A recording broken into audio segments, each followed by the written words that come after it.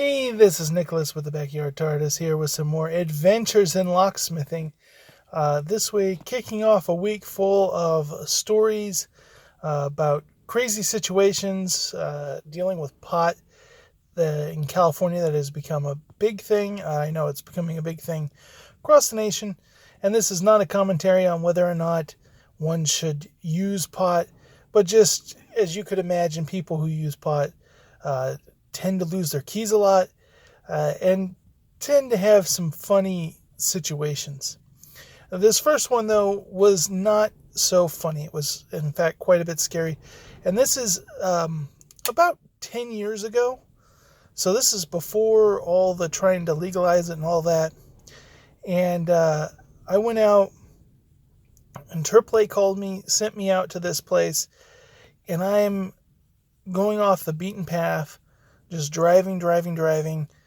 And then all of a sudden, I had little street signs, but those started to go away, and I realized, I'm on PG&E service roads, out in the middle of the mountains, just going. And then I get to a point where the road has changed into a dry creek bed, and I'm going, and then I climb up this hill, and then I got to go down what looks like a sure drop. It was really steep down this rocky road, and I've got no way to back up. No way I'm gonna back, a couple miles down this to get out. So I'm like, okay, well, here goes. Go down that as slow as I possibly can. Taking my big locksmith van down like I'm rock climbing.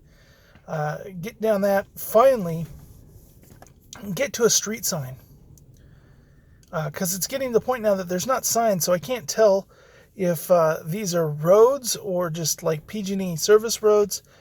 Because I got kind of a makeshift map to follow, but the roads just aren't labeled. So it's guessing, well, is that the road here on the map, or is that just a dirt trail? And so I get to the street sign and I call the customer, and he's like, oh, no, you passed it. You need to go back this far, and then when you get to this place, you'll be able to see the watchtower in the distance. I'm like, the watchtower, okay.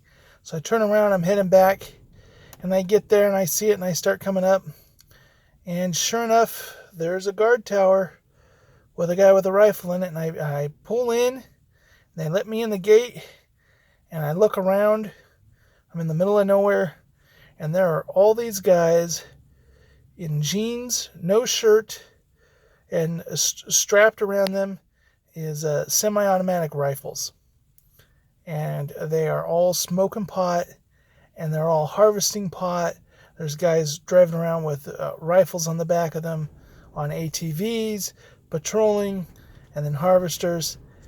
And then there's this little modular, and a guy comes out, and I'm supposed to be making a key for a little Honda Accord, right? And this guy goes, oh, hey, thank you for coming. The wife lost the keys to the car, acting like there's nothing suspicious or different about this. And I'm, of course, at this point, I'm there. If I show any kind of hesitation, I got to act like it's just cool because there's armed people all around me. And, but this is definitely a huge illegal operation, organized and armed to the teeth. And the guys, just had, and I'm like, how in the world did you get that car in here? I could barely get my van in here. And he's like, oh, what way did you come from? I came from that. And he goes, oh, no, you got to come from this other city. And then, it's a much easier drive. Well, of course, that's a city, another 40 minutes away from my service area, and I'm already pushing outside my service area. So I ended up going back that way just because the drive was so harrowing. But as soon as I got done, did the whole job, the guys were nice and everything, but looking at that situation, and I was young, I was terrified seeing, all these armed guards who are high out of their mind. And I called AAA and I said, don't you ever send somebody else to that address, because that's a complete illegal operation, and it's not safe, and so they put a mark on there. But this is the kind of thing we would run into, and it's a lot less now. Of course, there are people who still are doing it illegal, even though there's legal means to now have such a business. There are people who do it illegally, but it's not like it used to be. Anyways, that's just another crazy adventure in locksmithing. We'll have some more of these stories coming up throughout the week. Have a good day.